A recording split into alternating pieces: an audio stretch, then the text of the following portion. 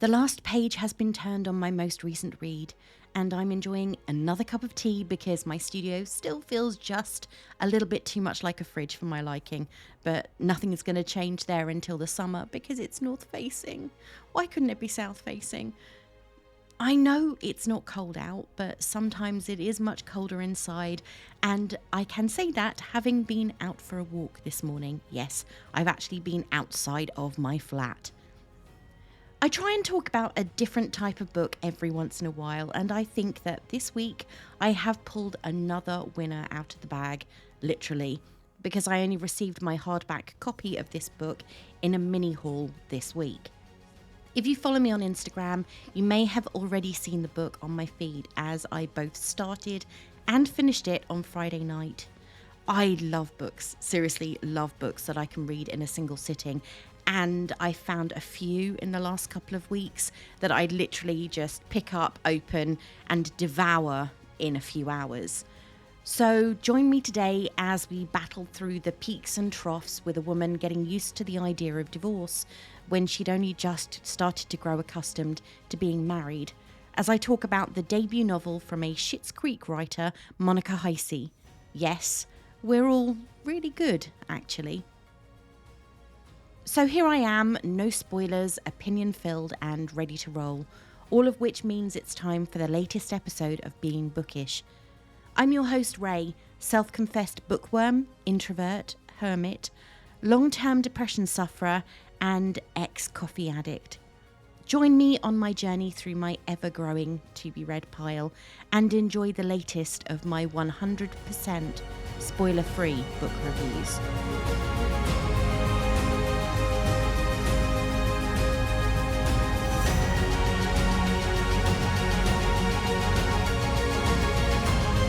This week's book is all too real. Marriage, divorce, dead-end jobs, and life are all part of the journey I will be navigating, and perhaps it will get a little bit real.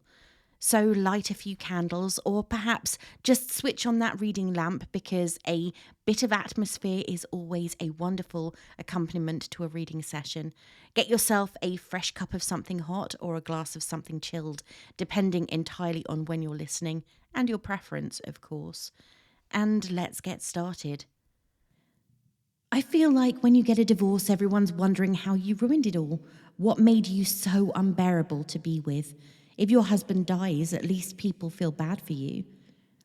Maggie's marriage has ended just 608 days after it started.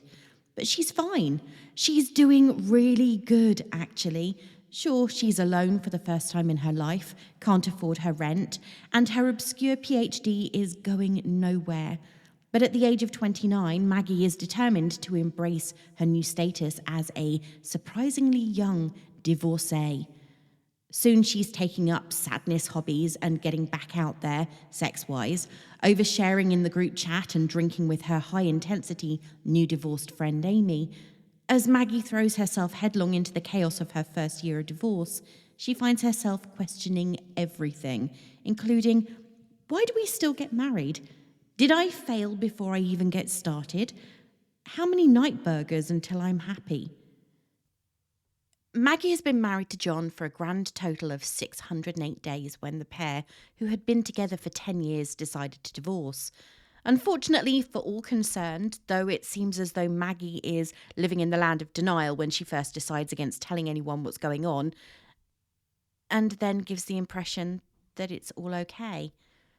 From the outset, it's pretty clear that things aren't all a-okay. Maggie has a very small but close friend group, but as much as they are supportive of her and the choices she makes, it's as though they are initially enabling her to hide her head in the sand and carry on as though nothing's changed.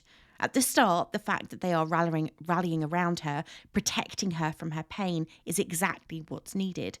But then she starts to expect it while they're able to move on. Maggie is living on midnight burgers, which are basically burgers with pickle and a relish from a nearby takeout. She's finding it hard to sleep, thus eating the midnight burgers at 4 a.m, and her work is suffering. But that's just the beginning. While on the surface, it looks as though she's continuing to live, seeing friends, doing her job, spending money she really doesn't have. Beneath it all, she's sending lengthy emails to her absent husband, and this initially made me think that the invisible John had actually died. However, John is very much still a part of the living world. He just wants nothing to do with Maggie. While Maggie is finding it hard to move on, John has taken their shared cat, Janet, his share of the marital furniture, and carried on living. He has cut Maggie out of his life as though she was never there, and it is this, I think, that she is having problems coming to terms with. She is wallowing, and while that may sound cruel, she seems unwilling or perhaps unable to take the necessary steps to dig her way out of the situation.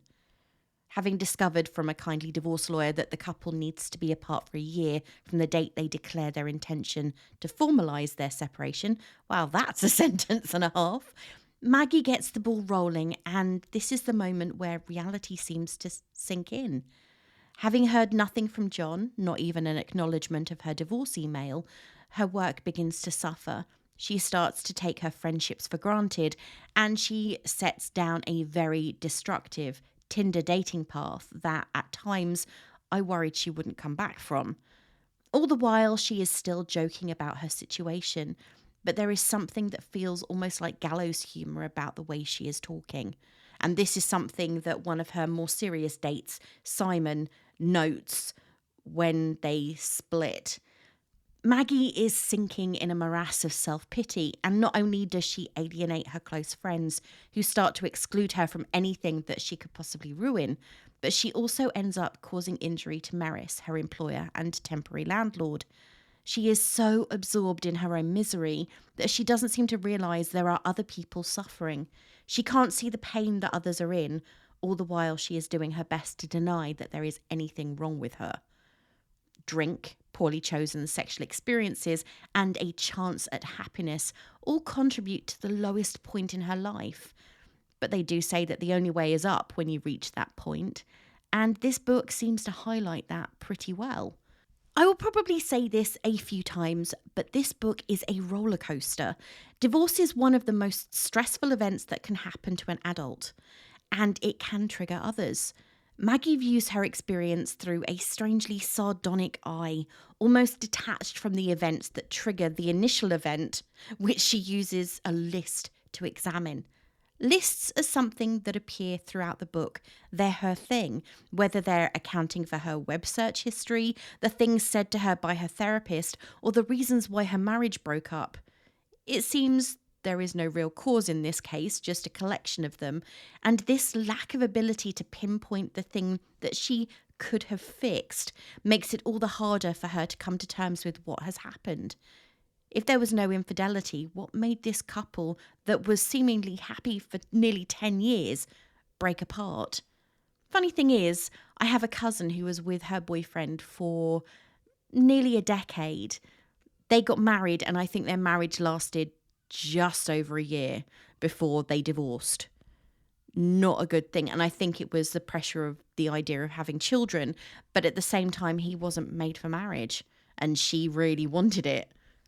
I don't think that's the case in Maggie and John's instance, but just thought I'd throw that out there. The lists are actually a really interesting insight into what makes Maggie tick, and some of the search terms are those that many will key into their phones late at night when they're struggling to sleep. As well as the lists, though, there are chapters thrown in randomly, simply titled A Fantasy. These little stories that Maggie makes up are her subconscious.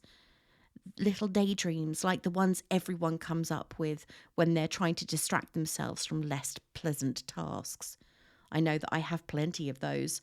Oh, what would happen if I won the lottery? I'm just going to quickly look up and see what kind of house I could buy. There are many moments where Maggie's depressive state rears its head, and one that sticks out incredibly clearly is when she is with the therapist that John suggested they go to together. However, despite telling him about the appointment, he doesn't show up. While there, the therapist calls him, and what takes place can only be described as agonising. The pain that Maggie is feeling, and perhaps confusion at his resolute attitude when it comes to maintaining a definite distance between them, explodes when he categorically tells both her and the therapist that he doesn't want to hear from her, ever. One thing that this book really highlights that many seem to veer away from, not only with depression, but also self-destructive behaviour, is that you have to want to change. An acknowledgement that you're hurting people when you're already in mental agony will often change nothing if you're not ready to see it. There are many times in the book where you think, this is it, she'll change now. She's hurt her best friend, ruined a wedding, peed someone off, alienated someone who has helped her. But still she continues down that path leading to disaster. Really Good actually is a story of growth, of learning, of experiences, but it's also painful because it's a story of depression and forcing yourself to face what hurts you the most. This book won't, I acknowledge this, won't be for everyone, and I can't say that I enjoyed it because I don't think it's that sort of book, and it made me cry my eyes out a few times.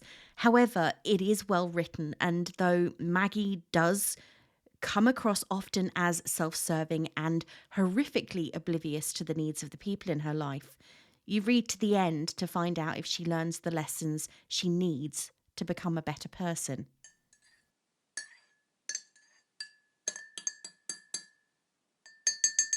For the second week in a row, I am reviewing a relatively new release.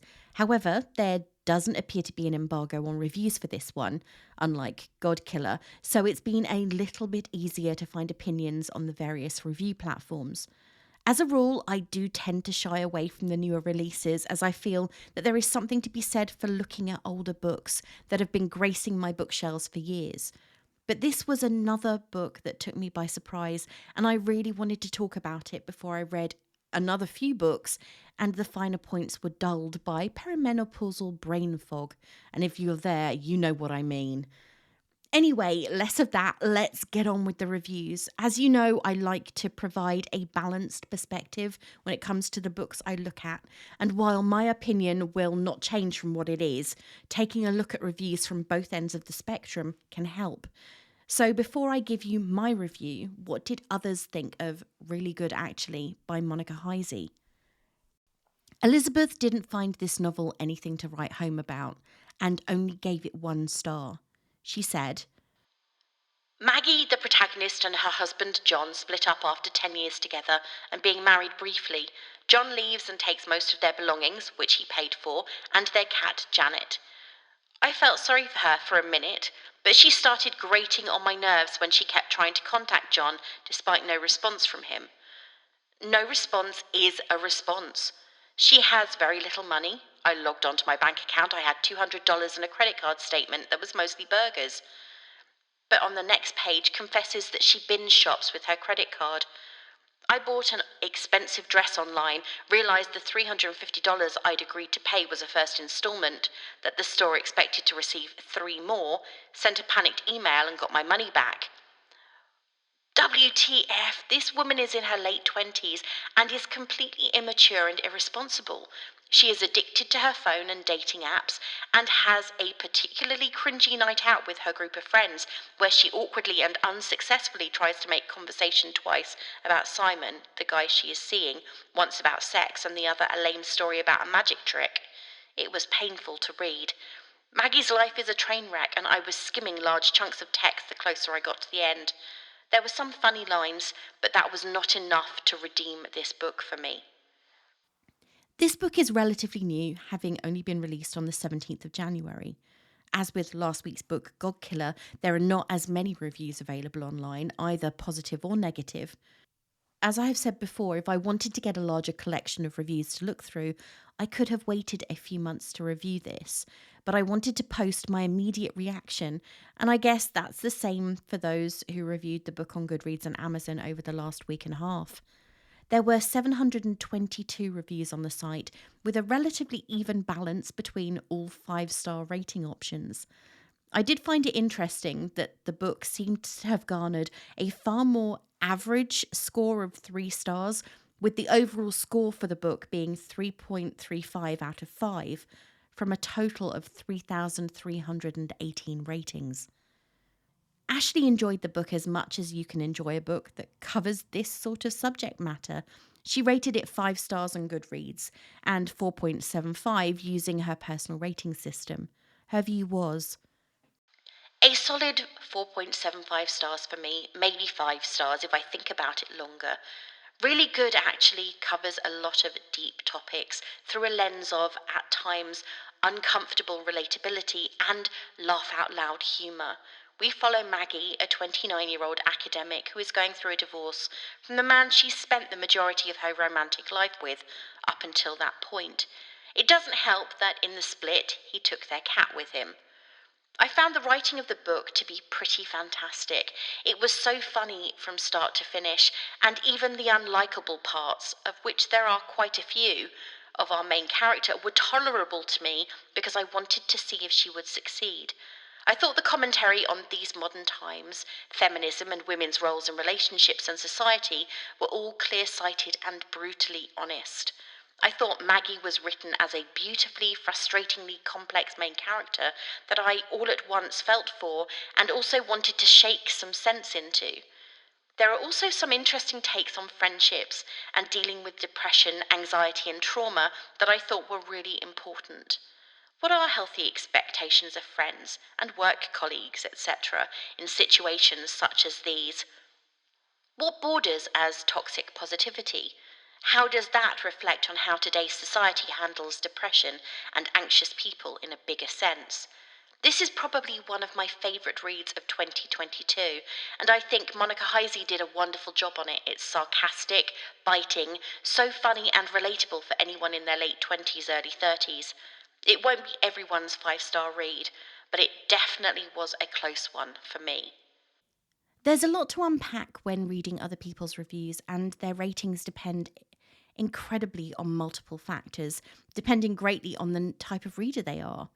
I know that I have mentioned it before, but it's important when it comes to talking about my reasons for choosing particular books to read and review. I am a mood reader, which is why I tend to buy a lot more books than I read. I pick the books I'm going to read completely depending on how I feel at that specific moment, and this week's choice was no different. Anyway, let's get to my thoughts on Really Good Actually by Monica Heisey. So here they are, completely spoiler-free and 100% honest. Did I like Really Good Actually? This is my second review of a new release this month, but I couldn't resist picking up and reading this book this week. Admittedly, the UK cover is not as colourful or creative as the one available in the US, but there is something appealing about it. The combination of bright orange and blue definitely stands out. And I have to be honest, despite always telling myself you can't judge a book by its cover, this is part of what influenced me to read Really Good Actually this week, rather than any of the eagerly anticipated sequels I could have picked up. Seriously, I had 3 sequels arrive this week, and I still picked this one up. The other influence was admittedly a work colleague who was talking about how much she'd heard about the book and really wanted to read it. Yep, I'm going to admit it now, I suffer from FOMO when it comes to books. For reasons why, see the whole emotional reader thing. I'm really happy to say that this book didn't disappoint. Did I occasionally have a moment where I cringed and wanted to give Maggie a quick clip around the ear? Absolutely. Sometimes she didn't seem to have the common sense that she should have been born with. Normally, if I struggle with a main character in the book, I struggle with the book as a whole, or choose to focus on one of the lesser characters until I'm over and done with it, and I can put it away and forget about it.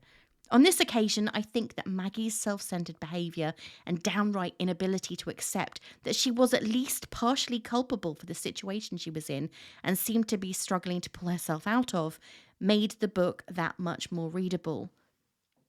I know that someone mentioned, she was really irresponsible and she was spending.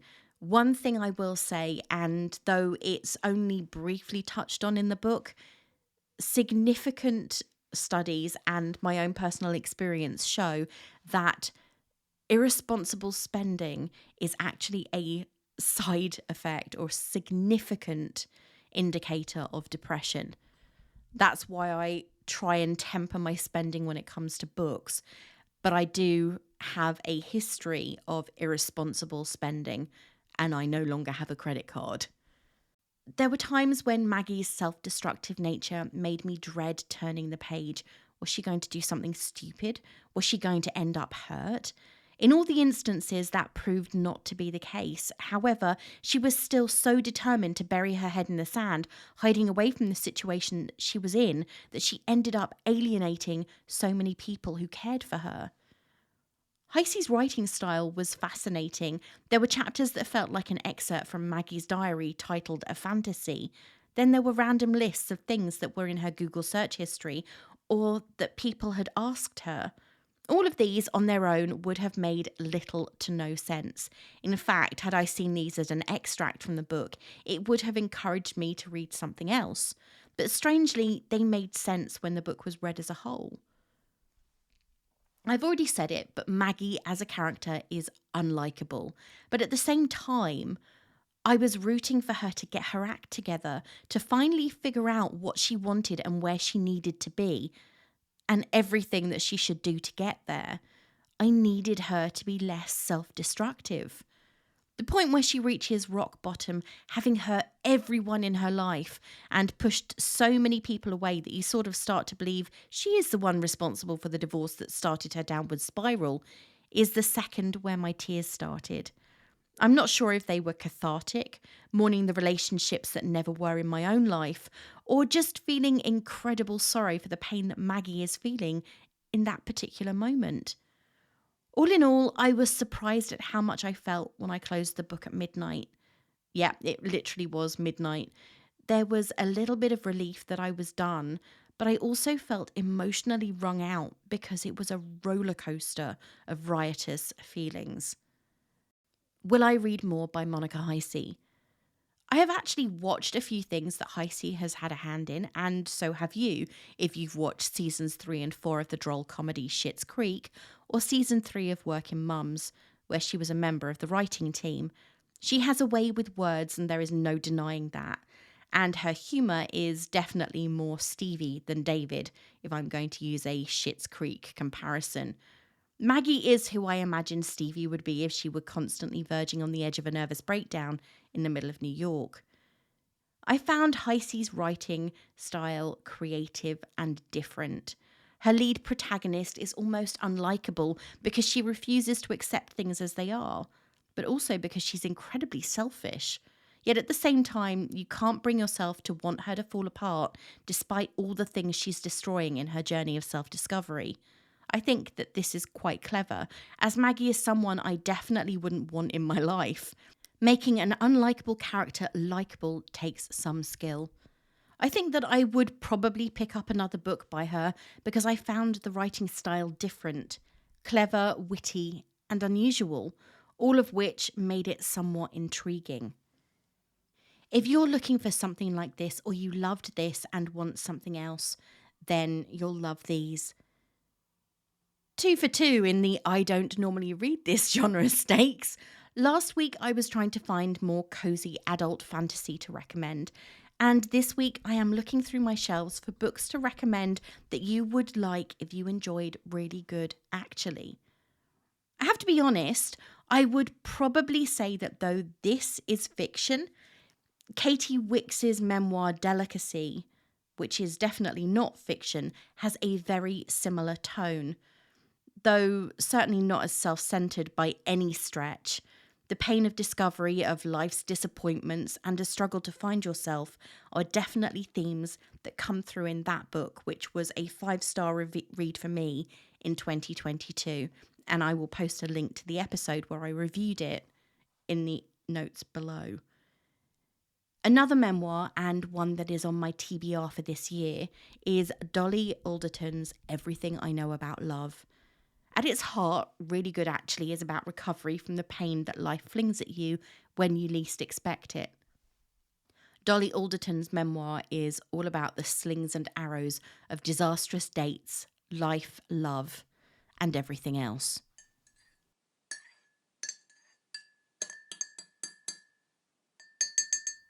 It's not been a bad week this week when it comes to books. I am on book 4 of February and managed to finish book 21 of January just before the clock struck 12.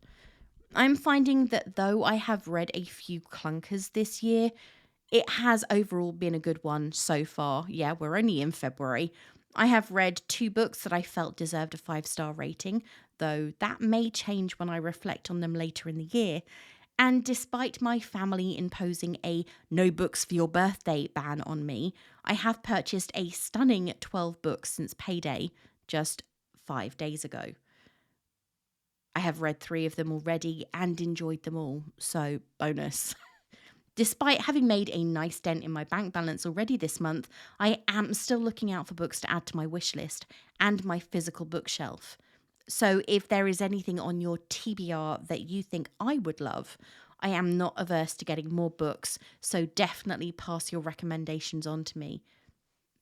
You can send me an email at notbeforecoffeepodcast@gmail.com or DM me on Twitter or Instagram, and I will be sure to check your recommendations out. Don't forget, if you want to hear about new releases, other books I've read, and keep up with my reviews, you can sign up for my newsletter on my website, beingbookish.co.uk. Oh, and if you haven't seen it yet, I now have TikTok. I have been adding a few unpacking videos as new books arrive. There are a couple of book hauls up there and even a few mini, as in like 90-second reviews, me talking about a book I've just finished. You can find me there at Being Bookish Reviews. Well, that's it for this week. Thank you so much for listening. If you like what you hear, why not share it with your friends and family? And please post a star rating on Apple Podcasts, Spotify, or any of the other podcatchers where you listen. It really helps to share the podcast, as it were. You can follow me on Twitter at being_bookish and on Instagram at beingbookishpod. Or you can check out my website, beingbookish.co.uk. Well, I've got a lot to get ready for next week, and a new book is always calling me. So until next time, this is me saying farewell.